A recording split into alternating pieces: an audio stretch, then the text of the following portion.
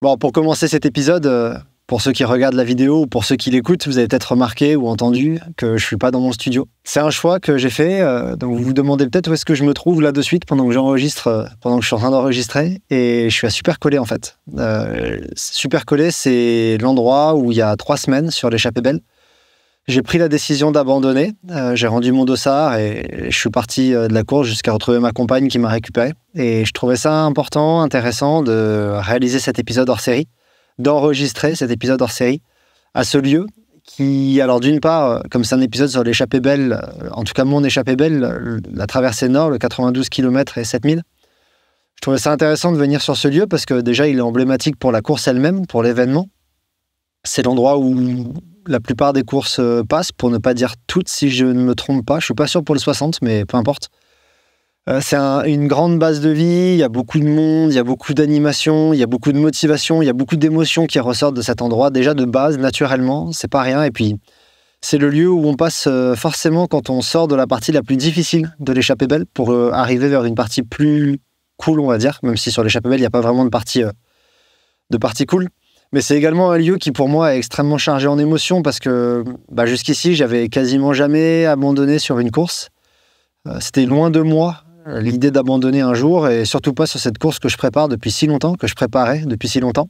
Donc, prendre le choix de venir ici pour enregistrer sur ce lieu emblématique et sur ce lieu très chargé en émotions pour moi, parce que ne serait-ce qu'être ici et me souvenir de ce que j'ai pu vivre à cet endroit quand j'y suis passé, puis repassé après mon abandon, ça réveille plein de choses, et je me suis dit que c'était le meilleur endroit pour venir faire cet épisode et pour vous parler de ma course, donc de mon échappée belle 2024, qui s'est pas terminée comme j'espérais qu'elle se termine. Aujourd'hui, c'est relativement digéré, mais bon, on va avoir tout un épisode pour en parler, donc je vais essayer de rentrer dans l'essentiel dès maintenant. Un petit peu comme j'ai pu le faire avec l'UTCAM, la vidéo est disponible en ligne si vous le souhaitez. Je vais pas vraiment vous faire un récit de course ou quoi. Je considère pas que ce soit super intéressant et je pense pas que ce soit ce que vous attendiez de moi, mais je me propose plutôt de mettre dans vos oreilles une analyse de l'événement lui-même, de comment je l'ai préparé, de la course, comment je l'ai préparé, qu'est-ce qui a fonctionné, qu'est-ce qui n'a pas fonctionné, quelle analyse je peux en tirer, comment je vais, je l'espère, à l'avenir, utiliser ces expériences pour revenir plus fort ou pour être meilleur sur ces formats-là. Donc c'est plutôt ça le but de cet épisode, et c'est plutôt ça que j'ai envie de vous proposer aujourd'hui.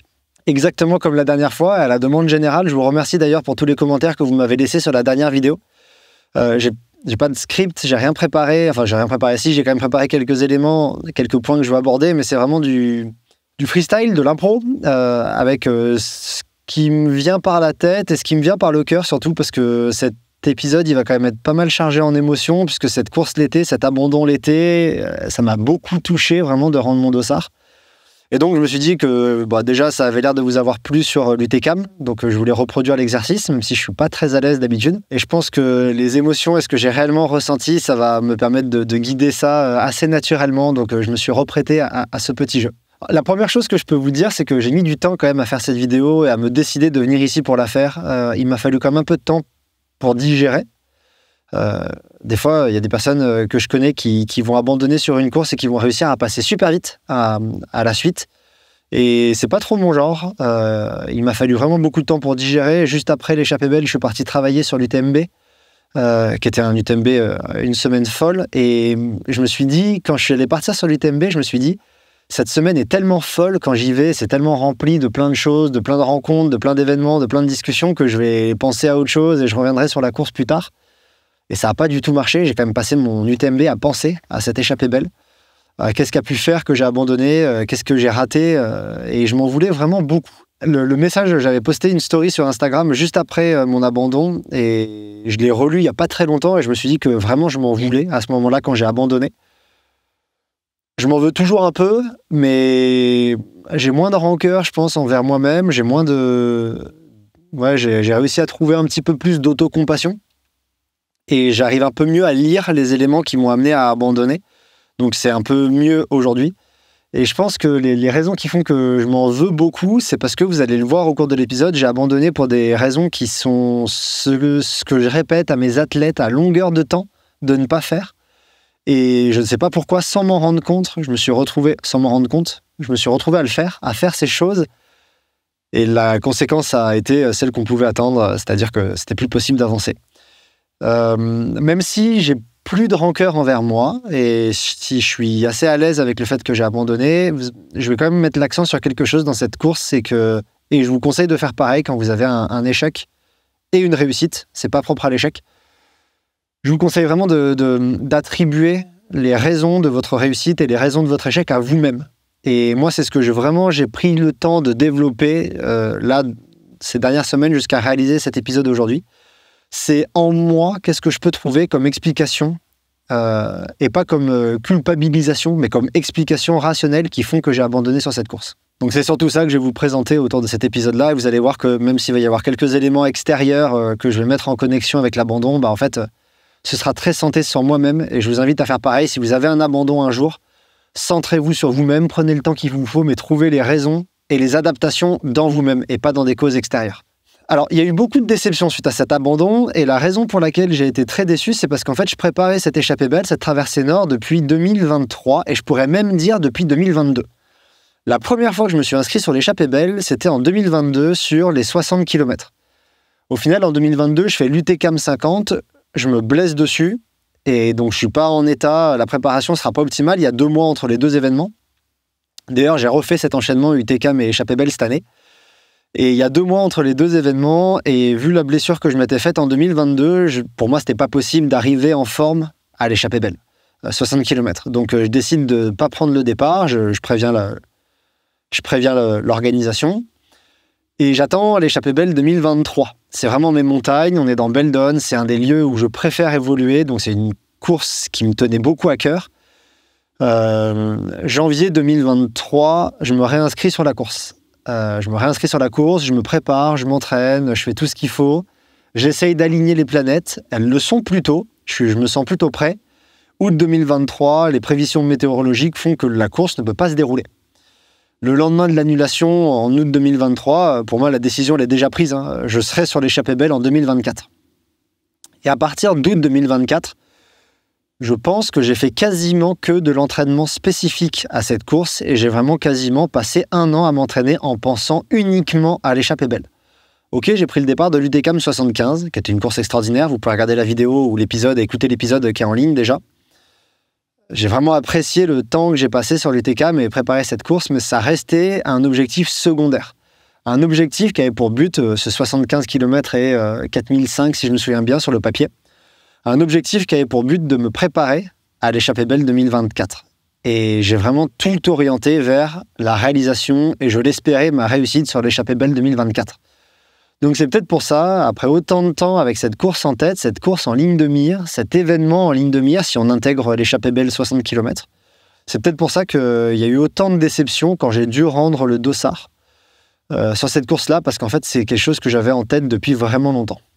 Exactement pareil que dans mon analyse de l'UTCAM, ce que je vous propose de faire, c'est de partir sur non pas un déroulé de la course, mais plutôt une analyse en points positifs et points négatifs. Qu'est-ce qui a fonctionné et que je reproduirai très certainement exactement de la même façon, et qu'est-ce qui n'a pas fonctionné et que je dois vraiment changer. Et exactement comme la vidéo de l'UTCAM, je vous propose de commencer par ce que j'estime ne pas avoir fonctionné. La première chose qui n'a pas marché et que je voudrais vraiment changer, ou en tout cas vraiment travailler, c'est mon état de stress, d'anxiété avant le départ de la course. Il n'y avait pas vraiment beaucoup de fatigue, il n'y avait pas de surcharge de boulot, j'avais bien pris les leçons de l'UTCAM, j'avais réussi un peu à descendre la charge de travail, donc je ne suis pas arrivé dans un mauvais état en termes mental avant, mais par contre je suis arrivé au départ avec un niveau d'anxiété qui était extrêmement élevé. Envers cet événement, j'étais vraiment très stressé à l'idée de ne pas réussir, à l'idée de ne pas finir, j'avais beaucoup de pensées qui étaient orientées vers ça. Ça m'a même pas mal perturbé le sommeil la veille de la course, même si c'est très difficile d'avoir un bon sommeil la veille d'une course. Mais voilà, la première chose pour moi qui est assez négative et que j'aimerais vraiment réussir à travailler et à dépasser dans le futur, c'est cette anxiété avant le départ. Cette crainte, alors qu'en fait elle n'était pas très justifiée, cette crainte, l'entraînement avait été bon, je reviendrai dessus par la suite, la reco s'est bien passée, donc il y a vraiment beaucoup d'éléments qui étaient très positifs. Et j'avais pas beaucoup de raisons d'être inquiet pour la réussite de cette course. Ça veut pas dire qu'il ne peut pas se passer des choses négatives, la preuve en est. Mais j'avais pas trop de raisons d'être anxieux sur cette course, et du coup je trouve ça un peu dommage de m'être autant stressé. Bon, même si c'est pas contrôlé, faut être honnête, l'anxiété, le stress, c'est pas quelque chose qu'on contrôle. Mais j'aurais bien aimé avoir plus de temps pour mettre en place des stratégies, voire même discuter avec un préparateur mental ou une préparatrice mentale. Je sais que j'ai vraiment confiance dans, je vous en avais déjà parlé, Laure Fernandez, qui fait de la prépa mentale et qui m'a déjà beaucoup aidé. J'aurais peut-être dû prendre le temps de discuter avec cette personne pour régler ces problèmes d'anxiété et donc arriver différent la veille de la course. Le principal point que je vais discuter dans ces points négatifs, ça ne va pas concerner en fait les à côté de l'événement, parce que pour moi, vous allez le comprendre dans les points positifs, tout ce que j'ai fait sur la préparation, la stratégie, ce qui concerne les autours, les à côté de la course, pour moi, c'était vraiment positif, c'était vraiment réussi. Par contre, le gros problème sur cet événement, ça a été un problème de pacing, de gestion d'allure, de gestion de l'effort, et c'est ce que je vais aborder là de suite. La principale raison pour laquelle j'abandonne, je mets les deux pieds dans le plat dès maintenant, la principale raison pour laquelle j'abandonne sur cette course, c'est parce que en fait, j'arrive à supercoller, exténuer, dans un état physique bien amoché, bien entamé, suite à une mauvaise gestion de course. Alors c'est facile de dire mauvaise gestion de course, mais il y a plusieurs éléments qui m'amènent à avoir eu cette mauvaise gestion de course.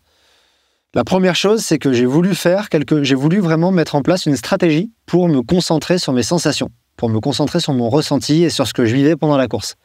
Et pour cela, ce que j'ai fait, c'est que la veille de la course, je me suis créé des écrans sur ma montre Suunto, puisque j'ai couru avec la Suunto Race, et j'étais vraiment super content d'avoir la Suunto Race, parce que j'avais aucun doute sur la durée de vie de la batterie, sur la cartographie qui est magnifique et qui me permettait de bien lire où est-ce que j'en étais, sur les derniers outils qu'ils ont mis en place, à savoir j'ai oublié comment s'appelle la chose, mais c'est la fonctionnalité, c'est l'aide à l'ascension qui vous découpe une trace en X, montée, descente, est-ce qu'elles sont difficiles, combien de temps elles durent, quelle est la pente, et ça, moi, je trouve que c'est super pratique sur une course, même quand on le connaît, c'est encore des aides qui aident à gérer la chose.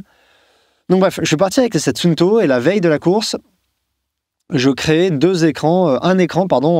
un mode sportif personnalisé qui ne contient pas le chronomètre de la course. Je voulais vraiment pas avoir le chrono total de ma course. Et je me suis dit comme ça, si j'ai pas le chrono total de ma course, je vais pas me stresser, je vais vraiment pas regarder le temps et me dire je suis en retard, faut que j'accélère, etc. J'avais plutôt ça en tête, comment faire pour ne pas accélérer ou ne pas être stressé par le fait de mal gérer mon allure dans l'autre sens, dans le sens plutôt négatif. Il est pas très confortable ce caillou, vous me voyez bouger à l'écran, je suis pas extrêmement bien installé. En fait, du coup, c'est pour ça que j'ai créé cet écran de montre la veille de ma course. Donc en fait, sur l'écran de ma montre, j'avais uniquement les tours que j'avais mis en automatique toutes les 30 minutes, parce que sur Suunto, ils ont encore à bosser, je leur ai déjà dit, j'espère vraiment que ça va être amélioré. Ils ont encore à bosser sur les alertes nutrition, à savoir qu'on sait pas au point, on peut pas programmer une alerte nutrition un peu comme on veut, et le seul Suunto Plus qui permet de le faire, il permet d'en mettre que 20. Donc par exemple, si vous mettez des alertes nutrition toutes les 30 minutes, ça vous fait 10 heures de course. Moi, je partais pour 20 heures, donc ça marchait pas. Donc en fait, le petit stratagème détourné que j'ai trouvé avec ma Suunto, c'est de mettre des tours automatiques et des tours d'automatique de 30 minutes. Donc au moins, j'ai mon alerte nutrition. C'est pas optimal, mais c'est tout ce que je peux faire en attendant que Suunto développe un meilleur outil de Suunto Plus pour les alertes nutrition. Et donc, j'avais que ça sur ma montre. J'avais deux écrans. Un écran, alors j'avais la durée totale en bas, mais je l'avais mis en petit pour pas la voir. J'avais un écran avec le numéro du tour, et je savais que les tours pairs, je devais manger, les tours impairs, je devais juste boire. Tours pairs, je devais manger et boire de la boisson sucrée, des gels et de l'eau, et les tours impairs, je devais juste boire de la boisson sucrée et de l'eau. Et j'avais du coup le temps passé dans le tour qui des fois me permet de dire attends, là ça fait 5 minutes dans le tour, je crois que j'ai pas mangé, j'ai raté l'alerte nutrition, il faut que je la rattrape. Et donc ça n'a pas été une très bonne idée. Premièrement parce que je ne l'ai pas testé à l'entraînement. C'est-à-dire qu'à l'entraînement, je n'ai jamais fait ça. Et comme je le répète à tous mes athlètes, ne faites pas ça, ne testez rien le jour de la course. Mais je ne l'ai pas vu comme un test, je l'ai vu comme quelque chose qui allait m'aider. Mais en fait, c'était un test, c'était quelque chose de nouveau. Et j'aurais pas dû le faire le jour de la course. Donc ça, c'est la première chose, vous allez comprendre pourquoi juste après, mais c'est la première chose qui m'a fait qui m'a fait avoir une mauvaise gestion de l'effort. La deuxième chose qui m'a fait sortir de mon allure à moi, qui était pour le coup plutôt bonne pendant les 2 premières heures de course, c'est que, la première heure et demie, j'étais vraiment content du rythme et de comment je me sentais, c'est qu'il y avait un coureur sur cette course que je connais, il est de Grenoble, et je connais sa cote, UTMB Index. Et mon but, c'était pas d'être meilleur que lui, mais je l'ai un peu vu comme comme une allure fantôme de moi-même, comme une projection de ce que je suis censé valoir sur cette course. Et il y a un moment où il me double dans la descente, la première descente qu'il y a sur l'espèce de première boucle. Alors, ouais, d'ailleurs, la traversée nord commence par une boucle. C'est pas vraiment une traversée, puisqu'on a une boucle au début. Je sais pas pourquoi ils ont rajouté cette boucle qui est certainement le passage le moins passionnant de la course. Le reste est vraiment magnifique, sublime, c'est l'éclate tout le long, même si c'est super dur. Mais alors, cette première boucle de 18 km au début, je vous avoue que je vois pas trop l'intérêt de l'avoir ajoutée à la trace, si ce n'est ajouter 18 km, mais bref. Et donc, pendant cette boucle, ce coureur me double, me dépasse. Et là, moi, quand il me dépasse, ça m'a vraiment sorti de mon schéma mental, où je me suis dit, c'est pas normal que cette personne soit devant moi. Je dois au minimum être avec ce coureur. Encore une fois, je voulais pas être meilleur que lui, je voulais pas le battre. J'avais pas du tout ça en tête. Je m'étais vraiment juste dit, cette personne représente mon allure. Et si je suis derrière elle, ça veut dire que je suis en dessous de mon allure normale, donc je dois accélérer. Le fait est que cette personne n'avait pas réalisé de reconnaissance, donc son rythme là était peut-être pas aussi pertinent que le mien qui avait fait une reconnaissance complète. Et le fait est que cette personne termine beaucoup plus lentement que ce que moi j'avais prévu de terminer, un peu en dessous de son niveau, parce que cette personne a clairement ralenti sur la deuxième partie de la course, après Supercolé, mais elle au moins elle a réussi à arriver, lui au moins il a réussi à arriver. Alors que moi, j'ai pas réussi, donc peut-être que du coup, si j'avais géré différemment, en fait, j'aurais été dans mes temps, mieux que cette personne, mais ça aurait peut-être été plus intelligent. Donc bref, quand cette personne me dépasse, vraiment ce que je me suis dit, c'est faut que tu restes avec lui, et donc accélère un peu, quoi. Accélère un peu, pas besoin d'être collé, mais accélère un peu. Et il se trouve que en fait, j'accélère un peu. Effectivement, je recolle jusqu'au premier ravito. Et premier ravito, je suis plus avec cette personne. Je pars du premier ravito après une assistance éclair. D'ailleurs, je remercie encore Ellie et ma compagne qui m'ont fait une belle assistance. Et je repars. Et en fait, à partir de là, je me dis, bon, je la vois plus, cette personne, mais c'est normal, puisque je suis censé être au même niveau, mais je suis devant, c'est normal que je la vois pas. Et j'étais presque content et satisfait de me dire, des fois, je retournais un peu, je regardais, je la vois pas, donc c'est que je suis bien. Et alors, il y avait aussi le fait que j'étais vraiment en forme. Donc, j'étais vraiment, vraiment en forme au départ. J'avais vraiment zéro fatigue. J'avais fait un affûtage excellent. J'en reparle après. Mais du coup, quand on combine le fait que j'avais pas le chrono et le fait que je voulais pas être derrière cette personne-là qui m'a sorti de mon schéma mental, de mes sensations à moi, etc., j'ai pas été forcément au bon rythme. J'ai pas été à l'allure que j'aurais dû tenir sur cette course-là. Je me suis retrouvé dans des super sensations, avec un bon rythme. Je me sentais bien, mais je me sentais bien pour 9 heures de course. Et 9 heures de course, en fait, c'est la durée des courses que je fais depuis 1 an et demi. Quasiment tous mes départs, ils sont entre 9 et 11 heures de course, même depuis 2 ans.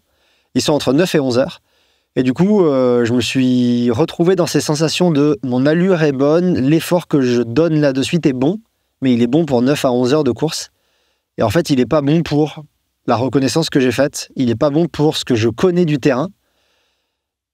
Il n'est pas bon pour en fait ce que je dois faire. Il n'est pas bon pour les 20 heures de course qui m'attendent. Et du coup, quand on cumule tout ça, le fait que c'était la première fois que j'allais faire 20 heures de course ou 19 heures, peu importe, le fait que j'ai eu cette personne qui m'a sorti de mon schéma mental, et c'est ma faute, c'est moi qui suis sorti de mon schéma mental et qui me suis retrouvé à me concentrer sur des choses différentes de ce que j'avais réussi à mettre dans ma tête au début. Et on rajoute l'écran de chrono qui fait que je ne savais pas à quelle allure j'allais, je ne savais pas le temps de passage, je ne savais pas où j'en étais dans mes temps. Et en fait, j'allais trop vite. Et ça, je m'en rends pas compte que je vais trop vite. Jusqu'à Supercolé. Je reviens juste un petit peu avant Supercolé. J'arrive au ravito de Périoul, qui est un ravito qui est à 2 heures environ de Supercolé. Et là, je commence à accuser un petit coup derrière la tête. Alors, j'avais déjà fait 4000 de dénivelé positif, quasiment 3005 de dénivelé positif. Et 35 bornes, un truc dans le genre. Et ouais, il y a les brouillards qui se lèvent. Et 35 bornes. Et j'accuse un petit coup, j'ai du mal à manger, je me sens fatigué, j'ai mal aux jambes, et là je me dis waouh, est-ce que t'as pas fait des mauvais choix? Je commence à me questionner. J'arrive pas à boire, ça dure au moins 1h30 où j'arrive pas à boire, pas à manger, le soleil tape, etc. Bon, c'est pas grave, je me dis allez, continue quand même comme ça, avance. J'avance, il me semble que mon rythme est bien, j'ai toujours pas récupéré ma capacité à m'alimenter entre Périoul et Supercolé. Pourtant, j'arrive quand même bien à avancer. Et là, j'arrive à Supercolé, enfin. J'ai réussi à reboire. J'ai croisé une rivière qui est bien fraîche. Ça me fait du bien parce qu'il fait super chaud dans cette portion-là, entre Périoul et Supercolé. On est bien redescendu, donc il fait super chaud. J'arrive à reboire, j'arrive à Supercolé, et à Supercolé, je retrouve ma compagne. Je décide de changer de chaussures parce que j'en ai un peu marre des miennes. Ça fait quand même quelques heures que je cours avec. Je change de chaussures, je fais un bon ravitaillement, je prends quand même 10 minutes au ravito. Je lui demande à ma compagne, je suis en avance sur mon temps ou ça va? Et elle me dit, est-ce que tu veux savoir? Je dis, non, t'as raison, je veux pas savoir. Et au bout de 3 minutes, il y a des personnes juste à côté qui parlent et qui disent, ouais, bon, de toute façon, là, il est 13h, on va aller manger. Et là, je dis à ma compagne, je lui dis, attends, il est 13h? Elle me dit, ouais, il est 13h. Je dis, mais attends, je suis 1h30 en avance sur ce que j'avais dit, en fait. Je suis arrivé à Supercolé 1h30 plus tôt que ce que j'avais prévu d'arriver dans mon estimation la plus rapide. Alors, ça peut arriver d'avoir des décalages. J'avais quand même fait la reco 2 fois, puisque je l'ai fait l'an dernier, je l'ai refait cette année. Donc, je commençais à le connaître, le parcours. Je connais un peu mon niveau. Et là, j'arrive à Supercolé, en fait, 1h30 en avance de mon estimation la plus rapide. Pas de la plus basse, vraiment de la plus rapide. Si j'étais arrivé un quart d'heure avant, même une demi-heure avant, je me serais dit, ouais, c'est parce que je suis en forme. C'est pas grave. 1h30 en avance, c'est parce qu'en fait, j'ai vraiment beaucoup trop appuyé. Et ça explique, à ce moment-là, je prends conscience de mon état. Enfin, je comprends que c'est pour ça que je suis pas bien. C'est pour ça que j'arrive plus à manger, parce que j'ai mis trop d'intensité. Et voilà, quoi, je suis sur la fin de ce que je sais donner sur 10 heures. Sur 8h30 de course, 9 heures de course. Je suis sur la fin, j'ai certainement déréglé des choses au niveau physio, au niveau bio, peut-être au niveau un peu hormonal. Bref, il y a plein de conséquences de l'intensité. Et en fait, je suis pas bien, c'est pour ça que j'ai du mal à manger, c'est pour ça que j'ai du mal à boire, c'est parce que je suis sur la fin d'une course de 8h30, 9h en termes d'intensité de ce que j'ai donné, et c'est pour ça que j'ai mal aux jambes, c'est parce que ouais, je suis allé au max de ce que je sais donner, je pense quasiment. Et là, je me dis, bon, bah, c'est pas grave, donne quand même le max de toi et repars. Donc, je repars de Supercolé. Je sais que là, il y a une côte de 400 mètres environ, 400-450 mètres qui monte au sommet de la station de Supercolé, avant de replonger sur une longue portion au moins une quinzaine, vingtaine de kilomètres, et une montée qui doit faire environ 1000-1200, si je dis pas de bêtises, qui est divisée en 3 fois 400 mètres. Il y a vraiment 400 mètres, palier, 400 mètres, palier, 400 mètres, palier. Longue redescente jusqu'à Valpelus, donc je connais très bien le parcours. Je repars sur ces 400 mètres, je fais 200 mètres, et là je me dis, mais je suis un zombie, quoi. J'arrive plus du tout à avancer, je suis pas bien. Dès que j'essaye d'avancer un peu mieux, j'ai envie de vomir. Mes jambes, elles sont fracassées, ça répond pas, quoi. Je suis vraiment épuisé. Je fais une pause au bout de 200 mètres. J'appelle ma compagne une première fois, je lui raconte, elle me remotive, et tout, ça me fait du bien, ok. Il m'a déjà fallu 20 minutes pour monter ça. Je repars, je refais 200 mètres de montée, et là j'arrive au sommet de Supercolé, je me dis, bon, bah pose-toi, ça va pas du tout, assis-toi juste un petit quart d'heure, 20 minutes, et vois comment ça va. Et au bout de ce moment-là, je vois que ça va pas du tout, que je suis vraiment fatigué, je sais ce qui m'attend par la suite, je sais que j'arrive pas à manger, je sais que j'ai du mal à boire, je sais que je suis allé trop loin, c'est tout. Je connais un peu la physio de l'exercice, je connais un peu tout ça, et je sais que je suis juste allé trop loin, en fait, et que ça sera pas possible pour moi de rattraper le tir, parce que j'ai dépassé une zone, c'est un peu ce qu'on racontait dans l'épisode sur le pacing avec Alain Gros-Lambert. J'ai dépassé une zone rouge, j'ai pas été à la frontière de celle-ci, j'ai dépassé une zone qu'il fallait pas dépasser pendant aussi longtemps. Je me suis mis en danger, et là je suis en train de payer les conséquences de tout ce temps passé en danger, de cette 1h30 d'avance que j'ai en arrivant à Supercolé. Donc c'est la principale chose qui m'a fait abandonner, quasiment la seule. C'est la seule qui m'a fait abandonner, c'est ce mauvais pacing qui a induit que j'étais vraiment explosé quand je suis arrivé à Supercolé. Et donc pour moi, le principal élément que je dois vraiment corriger à l'avenir, c'est mon pacing. Ma capacité à lisser l'effort sur 20 heures et en fait à mettre en place des stratégies qui me permettent de voir que je vais pas trop doucement, mais je vais pas trop vite non plus. Alors il y a peut-être aussi une question d'expérience, j'ai pas de problème avec ça. Évidemment, il faut gagner en expérience. Je fais des courses qui vont jusqu'à 11 heures. Les plus longues courses que j'ai faites, ça allait à 11 heures. Même les sorties sur des week-end shocks que j'ai fait, au final, c'est des 10 heures. C'est 2 fois 10 heures le plus long que j'ai fait. Non, une fois, j'ai fait 14 heures en off d'une traite. Mais bref, c'est pas extrêmement loin quand même des 11 heures de course maximale. Donc entre 9 et 11 heures, c'est ce que je sais faire aujourd'hui. Là, je me lançais sur quelque chose que je sais pas faire. J'ai pris un petit coup derrière les oreilles. Voilà, ça va peut-être me servir d'expérience. Mais je pense qu'il faut que je mette en place des choses pour développer mon pacing et pour vraiment mieux lisser l'effort, donc ne pas sortir de mon schéma mental à cause d'un coureur, ne pas tester un écran de montre la veille, plus faire attention à mes sensations quand j'ai commencé à avoir mal aux cuisses, me dire lève vraiment le pied, et là quand j'ai commencé à plus pouvoir manger, pareil, c'était un signal, dire lève vraiment le pied et arrête d'appuyer, prends le temps, quitte à perdre 1 heure maintenant, en fait c'est qu'il y a un problème, quoi. Donc voilà ce qu'il faut vraiment que j'améliore. Il y a un petit truc extérieur qui m'a peut-être sorti de mon schéma mental aussi, c'est je me suis retrouvé un moment avec un coureur qui faisait que me parler. Et franchement, c'était insupportable. J'avais pas du tout envie de discuter entre Grande Valloire et Morétan. Je me suis retrouvé en même temps qu'un coureur mais ouais, qui faisait vraiment que me parler, quoi. Et je répondais quasiment pas. Et c'était pas contre cette personne, parce qu'il y a des fois où j'ai vraiment très envie de parler, mais là, j'avais vraiment pas envie de parler. Et je me suis dit, à un moment, bon, quand tu ralentis, il ralentit avec toi. Je me suis dit, bon, bah, accélère, accélère, dépose-le, dépasse-le et va loin, parce que j'en ai marre de parler et d'être dérangé, et d'être. Alors que j'avais mis mes écouteurs, je vous en parle juste après, mais j'en avais vraiment marre, et du coup, je me suis dit, bon, bah, accélère, et ça m'a peut-être un petit peu sorti de mon schéma mental. Mais vous voyez que les causes de mon abandon, elles sont majoritairement internes, avec des mauvais choix, des choses que je ne voudrais pas reproduire à l'avenir, et des choses que j'aurais pas dû tester le jour J. Un petit peu de manque d'expérience, un petit peu de mauvaise influence d'une personne sur moi, cette espèce de personne que j'espérais représenter mon niveau, mais j'aurais vraiment pas dû y penser. J'aurais dû rester concentré sur mes premières sensations de course qui étaient très bonnes. Un petit peu d'influence de ce coureur qui me parlait beaucoup, mais voilà. Des choses à corriger quand même, et que j'espère vraiment corriger pour les prochaines courses dont je vais prendre le départ. Il y a une dernière chose que je voudrais mettre en point négatif dans la préparation de cette échappée belle, mais c'est un peu plus large que l'échappée belle lui-même. Et je voudrais en fait démystifier un peu les départs, quoi. En fait, je prends très peu de départs, je fais très peu de courses. Quand je fais je fais beaucoup de off, mais je fais très peu de courses. Et quand je prends le départ d'une course, c'est toujours un objectif principal ou un objectif légèrement secondaire comme l'UTCAM, mais encore, j'étais pas à l'UTCAM pour rigoler.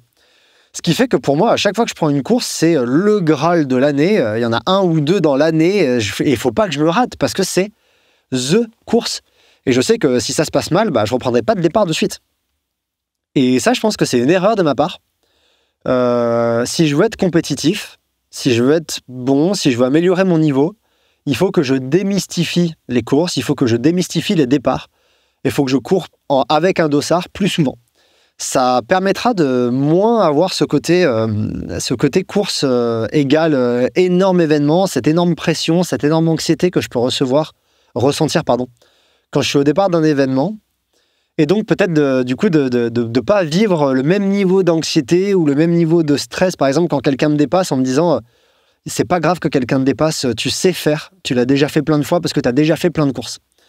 Alors ça changerait au fait que, par exemple, pour un athlète élite, il a beau faire plein de courses, quand il est au départ de l'UTMB, c'est l'UTMB, c'est le départ, donc il y a forcément un niveau de stress élevé. On peut pas l'éviter, ça.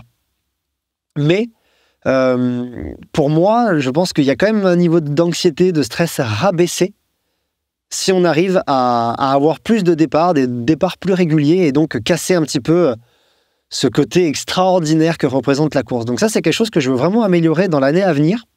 Prendre plus de départs, pas forcément aussi longs, pas faire des courses aussi longues, parce que quand on fait de l'ultra, ou comme moi, quand on a envie de faire des courses longues, parce que j'aime bien, on peut pas faire 50, 90 km, mais par contre, prendre des départs de 20, 30, 40 km peut-être, maximum, pour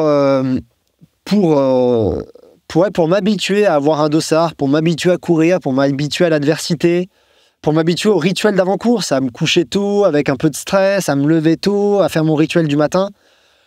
Bref, le terme vraiment que j'ai utilisé, c'est démystifier les départs, et ça, c'est vraiment un objectif, en tout cas, qui va teinter le futur de la saison 2024-2025 qui m'attend. Je pense que j'ai pas mal parlé des points négatifs, et il est temps de passer sur le positif, parce qu'il y a quand même du positif et des choses où je me suis dit, ouais, ça c'est bien joué. Ça c'est bien joué, Cyril, et reproduis la même chose pareil l'an prochain, et ça se passera bien.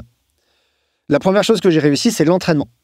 Franchement, j'ai été ultra satisfait des séances que j'ai réalisées, de toutes les séances que j'ai faites avant l'échappée belle, juste avant l'échappée belle, de mon affûtage, de la reconnaissance, du week-end choc, de l'articulation entre l'UTCAM et l'échappée belle. Petite nuance, j'aurais peut-être pu prendre le départ du 50 km de l'UTCAM, c'est 50 km et 4000, et pas du 75 et 4005, parce que si, ok, il y a plus de distance, en termes de ratio dénivelé-distance, le 50 était peut-être plus pertinent. Mais bon, c'est un petit détail, mais pour moi, vraiment, l'entraînement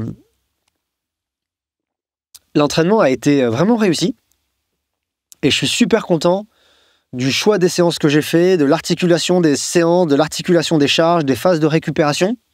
J'ai un peu joué avec le feu sur les 4 semaines de montée en charge après l'UTCAM, parce que j'ai fini la dernière sortie que j'ai fait de 35 km là, dans Beldon, j'étais bien éclaté, et je me suis dit, ouais, là, t'as un gros niveau de fatigue.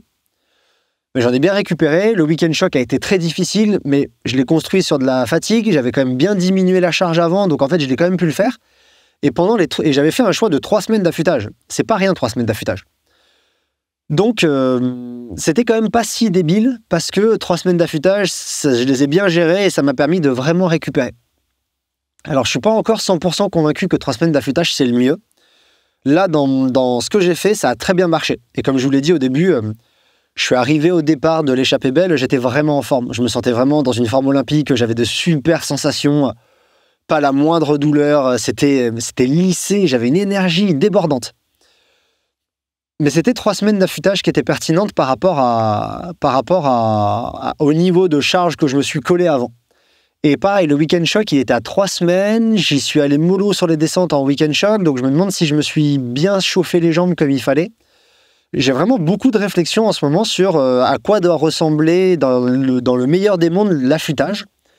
Peut-être que le week-end choc doit être placé plus tard avec une séance de rappel et un affûtage de 2 semaines. Je suis vraiment on en a parlé dans l'épisode sur l'affûtage avec mon invité. Vous retrouverez les épisodes en ligne. Je suis pas encore convaincu que 3 semaines d'affûtage, c'est le mieux. En tout cas, là, ça a très bien marché. Des fois, c'est très bien. Je me demande si je peux pas encore grappiller quelques pourcentages de forme ou de préparation des jambes surtout, quitte à perdre un peu en forme, mais avoir des jambes plus solides au départ, mais avec un affûtage différent. Mais globalement, l'entraînement et l'affûtage, je le mets plutôt dans les points positifs, dans les choses que j'ai vraiment réussi. Et là, de suite, c'est possible que je reproduise pour l'instant exactement le même schéma, sauf si je change légèrement l'affûtage. Si, je vais peut-être rajouter un petit point que j'aurais pu améliorer, deux petits points que j'aurais pu améliorer. J'aurais pu faire un peu plus de longues montées avec beaucoup de dénivelé.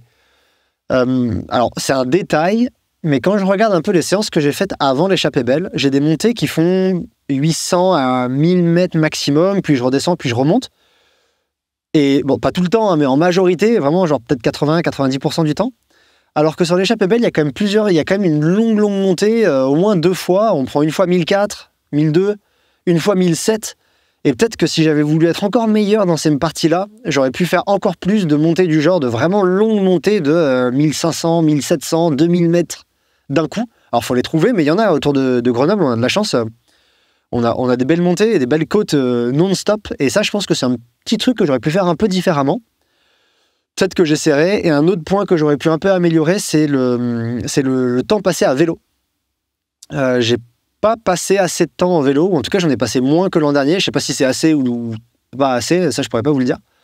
Mais j'aurais pu passer plus de temps en vélo, en entraînement croisé, et ça c'est quelque chose que je veux vraiment réintégrer parce qu'en fait je me rends compte que j'ai pas beaucoup pédalé, et j'ai pédalé vraiment moins que l'an dernier. J'ai quasiment 50% de moins en vélo, ce qui est beaucoup.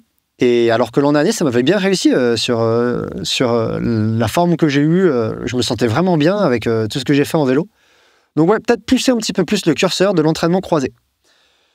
Mais voilà, pour la prépa, quand même très positif et vraiment très content de ce que j'ai fait. Et je changerai quasiment rien. Et vraiment, je le répète, hein, mon état de forme au départ, je me suis rarement senti aussi en forme. Et quand je suis monté, pareil, si on regarde le temps que j'ai mis sur la première portion, donc la première portion faisait 44 km et 4000 mètres, donc c'est pas un petit effort non plus. Je mets 8h30 en gardant pas beaucoup sous le pied, mais j'aurais pu, si j'avais décidé de terminer, j'aurais pu finir encore plus mal. Là, c'était juste pas possible pour moi de terminer les 50 km et 3000 qui me restaient après Supercolé, parce que je connais le parcours, mais si j'avais dû m'arrêter à Supercolé, j'aurais pu me mettre encore plus mal. Et je me dis, 8h30 pour 44 km et 4000 mètres dans Beldon, ouais, c'est pas dégueu. Donc ça va avec la sensation de forme et ça va avec le fait que je pense que mon entraînement était vraiment bon. L'autre point qui était ultra positif, c'est encore une fois, alors là-dessus je commence à être rodé, c'est le choix du matériel. Alors je vais vous le montrer pour ceux qui regardent l'épisode en format vidéo. Tout d'abord, encore une fois, le sac. Je suis super content du choix du sac. Je suis encore une fois parti avec le Compressport Ultrun S-Pack Evo 10 en blanc. Bon, j'avais un petit élastique qui avait un peu morflé avant le départ. Je l'ai fait réparer, mais rien de particulier. Mais voilà, je l'avais dit dans la vidéo du TK, mais il n'y avait aucune raison que je change. Pour moi, c'est actuellement le meilleur sac du marché. Donc, ultra content d'être parti avec, ultra content de sa stabilité, de l'organisation. J'avais tout le matos obligatoire largement dedans. C'est même la première fois que je mettais du matériel compressé dans un sac congélation en vidant l'air, en faisant le vide. Vous allez peut-être rigoler en entendant ça parce que j'ai l'impression que tout le monde le fait, mais c'est la première fois que je le faisais. Et en fait, c'est encore mieux le sac Compressport quand on a fait ça. Donc voilà, là-dessus, donc sur le sac, hyper satisfait. Sur la tenue que j'ai utilisée, je suis reparti, ça fera sauter au plafond les genoux dans le gif que je salue. Mais je suis reparti avec la compression blanche et jaune. Donc le short, le short 2 en 1 trail short de Compressport, qui a plein de poches sur les côtés. Donc j'avais rangé plein de gels. Il y a une portion où je suis parti, j'avais 9 gels sur moi, donc il faut quand même les ranger, les gels de 70 grammes, je vous les montre après. Mais j'avais réussi vraiment à tous les caler super facilement, j'avais même de la place en rab, donc j'avais une poche à déchets. Et je suis parti encore une fois avec le t-shirt on-off de Compressport, et ça c'était vraiment une bonne idée, parce que c'était prévu qu'il y ait une portion où il allait faire super chaud, on allait quand même prendre dans les 26 degrés autour de super collé. Il y avait un pic de chaleur dans la journée, après ça redescendait bien. Et du coup, repartir en blanc avec le t-shirt qui est ultra respirant, etc., j'ai vraiment jamais eu froid. Mais par contre, déjà, il est super confortable, super proche du corps. C'est un des plus légers que j'ai dans mon armoire. Le deuxième plus léger, c'est un autre Compressport. Et donc ça, pour moi, voilà, encore une fois, bon choix de matériel. Et le dernier bon choix de matériel que j'ai fait, c'est la première fois que je les utilisais. Enfin, la première fois, non, je les ai utilisés à l'échauffement. Enfin, à l'entraînement, pardon. C'est les chaussettes Ultra Trail de Compressport. Je les connaissais pas. Ils ont des modèles spéciaux Ultra Trail. Le modèle s'appelle Ultra Trail. Et en fait, la différence qu'il y a avec les modèles plus classiques, comme les Trail Socks V2 ou V3, je ne me souviens plus, elles sont un peu plus épaisses, avec des renforts qui protègent un peu des ampoules un peu plus épais. Et alors là, quand j'arrête à super coller, j'ai vraiment 0 ampoule, 0 échauffement, alors que bon, quand même, 48h30 de course, 44 km 4000, dans Beldon, il y a de quoi avoir des ampoules. Et donc, du coup, j'ai découvert ces chaussettes pour cet événement. Et alors, elles sont effectivement plus épaisses que d'autres qu'on peut connaître. Mais moi, j'étais vraiment content, donc je repartirai avec elle. Vraiment, sans doute sur les formats longs, je repartirai avec. L'autre matos avec lequel je suis parti, alors je suis en plein déménagement en ce moment, du coup, je n'ai pas retrouvé le casque lui-même. Il est dans un carton, donc j'ai la boîte par contre. C'est le Suunto Sonic. Mes Shox Open Run Pro sont morts depuis quelques temps. Malheureusement, ils ont tenu 1 an.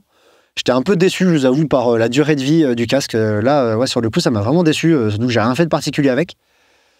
Mais le casque est mort en 1 an, j'avais une oreille qui grésille, etc. Donc assez déçu. Et donc j'ai pu avoir... donc c'est un produit qui a été offert, qui m'a été offert par Suunto.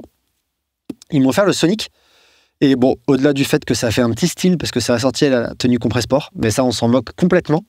Je suis parti avec et la qualité du son est vraiment top. Ils sont super légers. Je les ai vraiment pas sentis. Ils sont super légers et la qualité du son est vraiment top, ce qui fait que quand il y a eu le coureur qui me parlait beaucoup, je les ai mis, je les ai activés, je me suis dit ça va déjà me sortir un peu la tête de lui qui me parle tout le temps là, non vraiment non-stop. Et ça m'a quand même fait du bien parce que c'était quand même un moment où j'ai un peu souffert, toute la partie, je vous le dis là, jusqu'à Périoul, les lacs du Morétan jusqu'à Périoul. Il y a quand même un moment où j'étais vraiment pas bien et ça m'a fait du bien d'avoir de la musique dessus et je trouve que ça c'est vraiment super quali, les Suunto Sonic. Le poids, la qualité du son, etc. Moi, j'en étais vraiment content. Et du coup, je repartirai avec eux. J'ai aussi les Wing, mais ils sont un peu plus lourds. Alors, ils ont la chance d'avoir un dock de recharge qui est super. Je vous les présenterai bientôt sur la chaîne. Ils ont un dock de recharge qui est super. Donc ça, c'est top. Mais ils sont un peu plus lourds. On les sent un peu plus, surtout quand il y a du dénivelé négatif, que les Sonic. Et du coup, moi, là, j'ai vraiment bien aimé les Sonic et j'étais content de partir avec. L'autre point qui a bien fonctionné, je vous l'avais dit sur Instagram, j'ai eu la chance d'avoir un partenariat avec For Endurance et Endurance, leur marque de nutrition sportive, sur la préparation de cet événement. Et ça a bien marché. Alors, c'est pas la même stratégie que j'avais avec Never Second. Je sais pas encore si je vais continuer avec Endurance. J'ai pas encore décidé, c'est en réflexion. Parce que j'aime également beaucoup les produits Never Second. Et je tourne pas une page comme ça, moi. Mais ça changerait au fait que c'est des bons produits. C'est des bons produits. Alors, ils sont quand même assez différents des Compressport, parce que chaque gel, c'est 45 grammes de glucides. Des Compressport, n'importe quoi. Des Never Second. Chaque gel, c'est 45 grammes de glucides. Never Second, c'est 30. Les goûts sont différents. Faut aimer. Vraiment, les goûts, c'est une histoire de goût. Faut aimer. Donc ça, j'ai pas vraiment de commentaires à vous faire là-dessus. Moi, j'aime cela, mais voilà. Mais c'est vrai que je trouve quand même pas mal. D'avoir 45 grammes de glucides dans un gel qui fait 70 grammes. Ça, je trouve ça vraiment top. Alors, ça fait une bonne dose de glucides quand on le mange, mais du coup, moi, j'en mangeais qu'un seul par heure. Ça donne moins cette impression, des fois, de manger régulièrement. Et par exemple, même, imaginons que je continue avec Never Second, peut-être que je repartirai avec des gels, des flasques de gel plus dosés. Déjà, ça évite d'ouvrir plein de gels pendant la course. J'aurais dû le faire avec Endurance. Et bref. Pour revenir sur Endurance, du coup, super satisfait des gels qui m'ont vraiment plu, qui ont été hyper efficaces.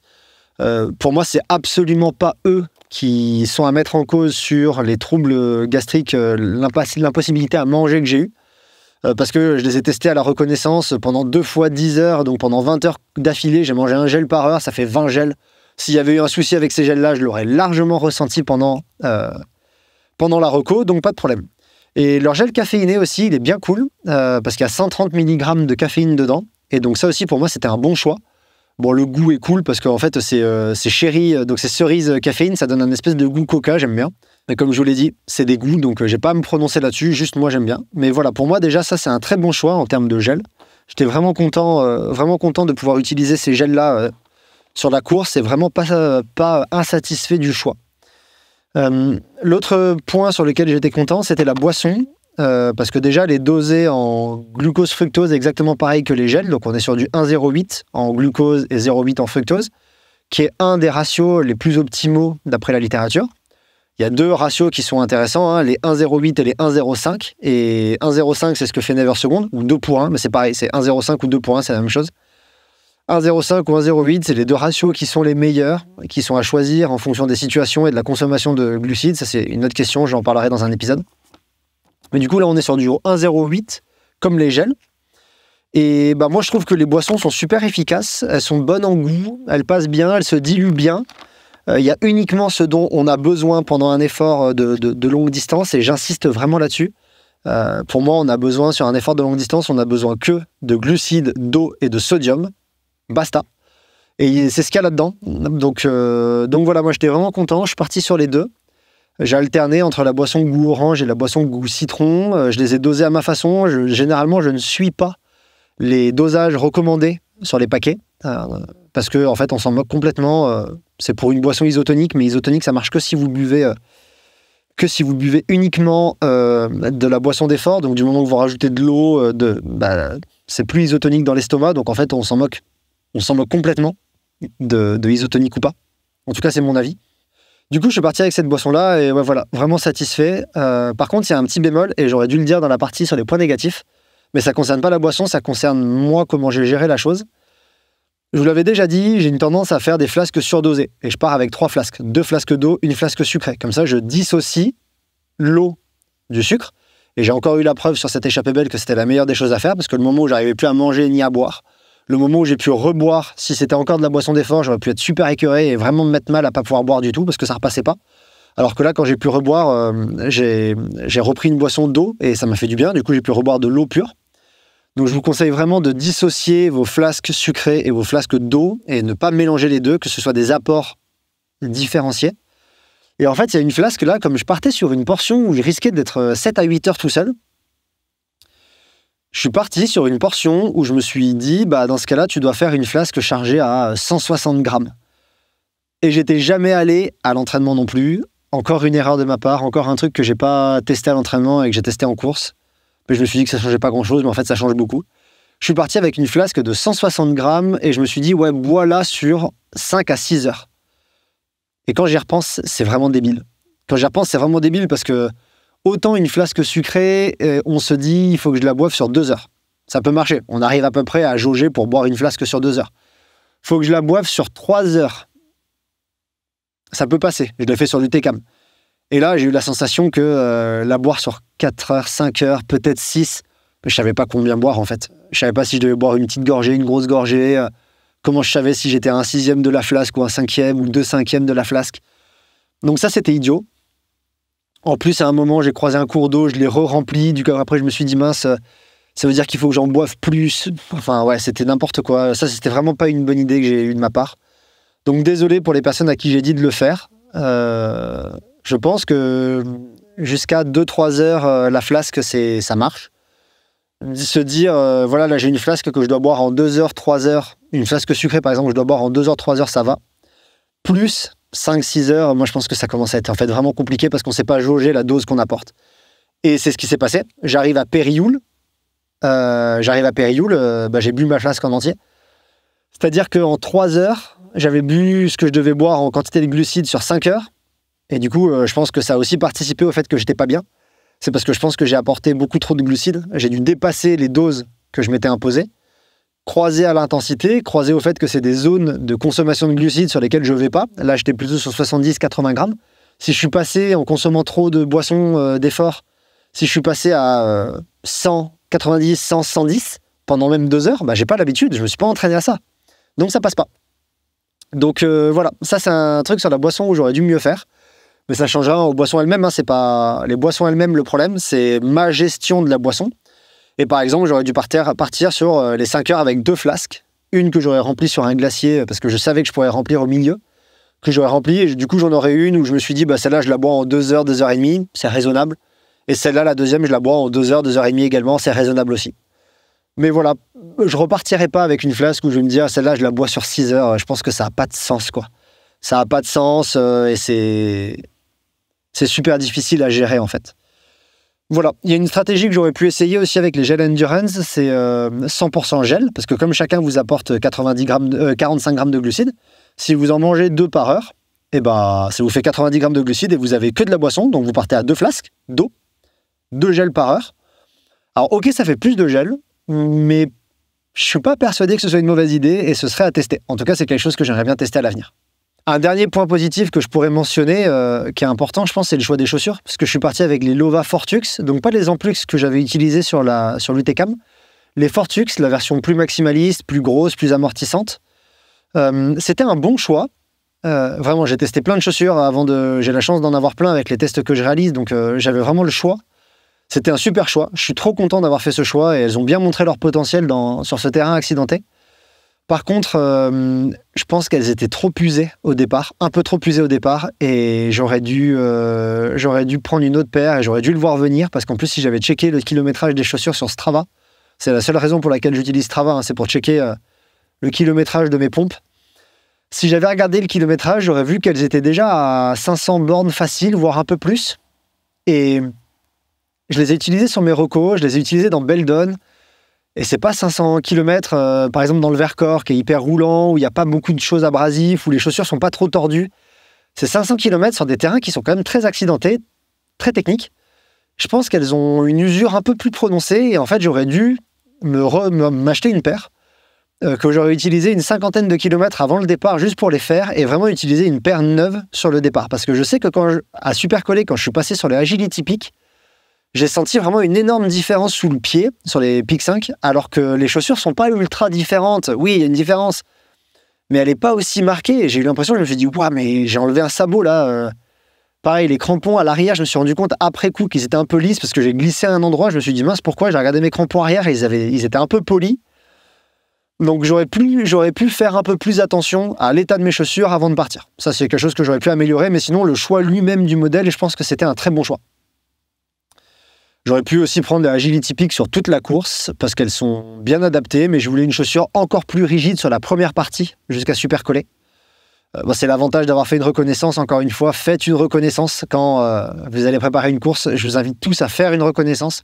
Ça vous permet de choisir le matériel, de savoir quand est-ce que vous aurez de l'eau peut-être hors ravitaillement et point d'eau de la course, pour remplir des flasques. Si j'avais pas fait ça, par exemple, je serais parti peut-être avec 4 flasques. Et là, je savais qu'il y avait un cours d'eau à un endroit, donc je pourrais recharger au moins une fois, voire 2. Donc voilà, faites des recos.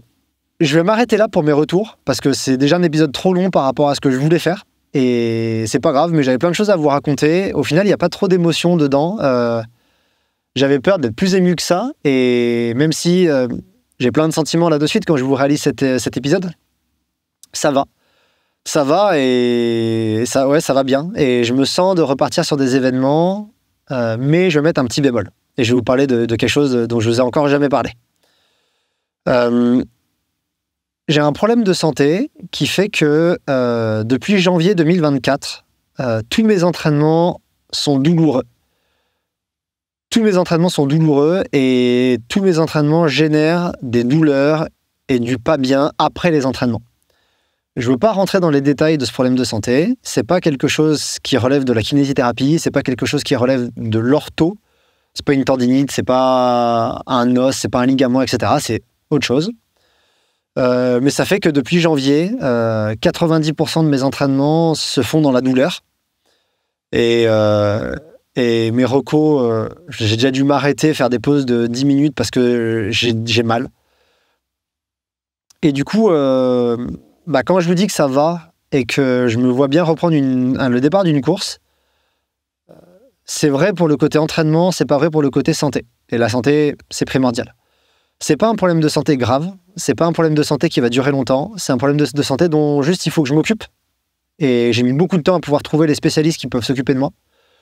C'est un problème de santé que je suis en train de régler. Et c'est ce problème de santé qui fait que tant que c'est pas réglé, je reprendrai pas de départ. Mais heureusement, je sais que d'ici 2-3 mois, ça sera réglé. Et en fait, pour moi, je pourrais recommencer exactement comme j'ai fait depuis janvier, à savoir réaliser 12 à 15 heures d'entraînement par semaine dans la douleur, et avec des douleurs après entraînement, des fois des médicaments pour calmer la douleur parce que c'est trop. Et en fait, c'est pas ma vision du sport, c'est pas ma vision de l'entraînement, c'est pas ma vision des choses. Et donc, c'est pour ça que y a beaucoup de frustration avec cette échappée belle que j'ai abandonnée, puisque je suis en forme. Physiquement, j'ai rarement été autant en forme, en fait. Donc, je pourrais reprendre un départ. J'avais pensé à, par exemple, l'UTMB by Nice. J'ai pensé aux Templiers, sur lesquels j'ai pas forcément fait une croix, mais en tout cas, je repartirai pas sur un format long. Mais pour l'instant, je suis plutôt dans une optique où faut que je ronge mon frein, comme on dit. Il faut que j'accepte cette frustration d'avoir abandonné sur l'échappée belle à cause d'erreurs personnelles. Et que là, de suite, si je voudrais un dossard pour digérer la chose et me reprouver que j'arrive à faire de la course, je veux pas repartir dans un entraînement dans la douleur. Je veux pas recommencer une préparation avec ce niveau-là de pas bien. Et donc, je fais plutôt le choix de laisser de côté la compétition pendant 2-3 mois. C'est pas très long. Normalement, en 2-3 mois, ce sera réglé. Et normalement, il y a 90% de chances qu'en 2-3 mois, ça ne revienne pas et ce soit vraiment de l'histoire ancienne et j'ai plus jamais ce problème de santé. J'ai plus jamais ces douleurs. J'ai plus jamais à prendre des médicaments pour ça et donc je pourrais. Alors, j'ai pris aucun médicament sur la course, ça aussi. C'est pas du tout mon genre, donc je veux pas le faire. Mais voilà, quand j'aurai réglé ce problème, je pourrais me reprojeter sur des courses, ce qui veut dire que là, je réfléchis déjà à des formats pour l'an prochain. Allez, je vous le dis en avant-première. Il n'y a pas de surprise, mais j'ai très envie de prendre le départ de la TDS 2025 parce que c'est une course qui me fait rêver et j'ai envie de passer du temps en montagne, j'ai envie de tester du long et je me dis pourquoi être à la frontière, par exemple, sur 20 heures d'effort, alors que tu pourrais vraiment te tester sur du long. Mais en tout cas, ce qui est sûr, c'est que ça se fera pas tant que j'ai pas réglé ce problème de santé, qui est pas très grave, mais qui doit se régler. Et là, je suis en train de le faire. Donc, c'est pour ça que il y a des personnes qui m'ont posé la question. Prends un départ. Il y a les Templiers, il y a la Saint-Élion, même si c'est pas trop le genre de course que j'apprécie. Mais pourquoi pas faire une Saint-Élion un jour. Je l'ai DNF une fois en plus, donc pourquoi pas y revenir pour une petite revanche. Mais c'est pour ça que voilà la réponse à toutes ces personnes-là. Je vous remercie pour vos messages d'ailleurs, à tous et à toutes et à tous. Mais c'est pour ça que je ne me vois pas reprendre un dossard sérieux et long là de suite. C'est parce que je veux d'abord régler ce problème de santé. Et c'est mon objectif numéro 1 avant de repartir sur une course. En tout cas, encore une fois, ça va. J'aime toujours autant la montagne. J'ai repris des balades en montagne sans me mettre trop de contraintes entraînement. J'ai repris des entraînements qui me donnaient envie, j'ai repris quelques intensités que j'avais envie de faire. Voilà, je me laisse beaucoup plus de flexibilité. Si j'ai des douleurs, je m'entraîne pas. Quand j'en ai, j'arrête la séance, c'est pas grave. Mais ça va, je suis plein de bonnes envies, de bonnes ondes et d'envie pour la suite. Et au final, ce DNF, il m'a fait très mal sur le coup. Mais aujourd'hui, ça va mieux. Et j'ai vraiment hâte de pouvoir retourner en montagne sérieusement et de reprendre l'entraînement. Et je sais que ce problème de santé va être réglé rapidement, donc la montagne attend que moi. Et pareil, j'ai hâte de faire une préparation hivernale un peu différente. Mais Mais voilà, ça va être super. Je vous propose qu'on se quitte là-dessus, parce que c'est comme une belle note positive sur un épisode qui, à la base, s'annonçait pas aussi positif que ça. Et je vous remercie encore une fois à toutes et à tous. Je vous remercie vraiment tous pour vos messages, parce que j'en ai eu plein après que j'ai abandonné. Vraiment plein de messages de soutien. Merci beaucoup. Merci pour vos messages, pour vos commentaires sur les vidéos, sur d'autres choses que j'ai pu partager. Vraiment, merci à la communauté que vous représentez. C'est le moment de le dire. Je trouve qu'il y a une communauté forte autour de Courir Mieux, déjà des personnes qui échangent entre elles. Un Patreon que je vous invite à rejoindre avec, pareil, beaucoup de discussions constructives, beaucoup d'échanges, beaucoup de choses qui se passent là-dessus qui est super. Et ouais, j'adore cette communauté qu'on a créée un peu ensemble. Je vous remercie aussi pour vos soutiens et donc je voulais vraiment vous adresser ce message là de suite à la fin de cet épisode. Une dernière chose que je veux remercier, c'est les partenaires qui m'ont aidé à réaliser cette course et qui m'ont accompagné dans ce projet. Ils savent tous que j'ai pas un niveau sportif extraordinaire. Ils savent tous que je suis pas là pour jouer la gagne, mais ils savent aussi que je partage des choses différentes. Je partage pas mes victoires, mais par contre, je partage des analyses et ils trouvent ça intéressant et ils décident de me soutenir aussi parce qu'il y a la communauté qui est là. Donc, du coup, merci à la communauté, bien sûr, mais merci aux sponsors, aux marques qui m'ont aidé, qui m'ont accompagné dans ce projet. C'est pas des sponsors, c'est des partenaires qui m'ont aidé dans ce projet. Compressport pour le matériel, Suunto pour le matériel, le Suunto Sony que je vous ai montré, la montre Suunto Race qui m'a accompagné. Merci à Endurance, l'alimentation, pour l'accompagnement. Et donc voilà, merci à ces partenaires également qui ont accompagné mon modeste projet sportif sur l'échappée belle.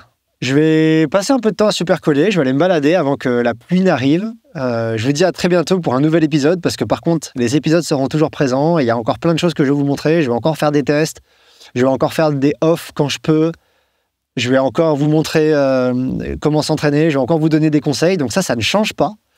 Et je vous dis à très bientôt pour de prochains événements sportifs en montagne, je suis certain que ça va revenir très vite. Allez, à plus!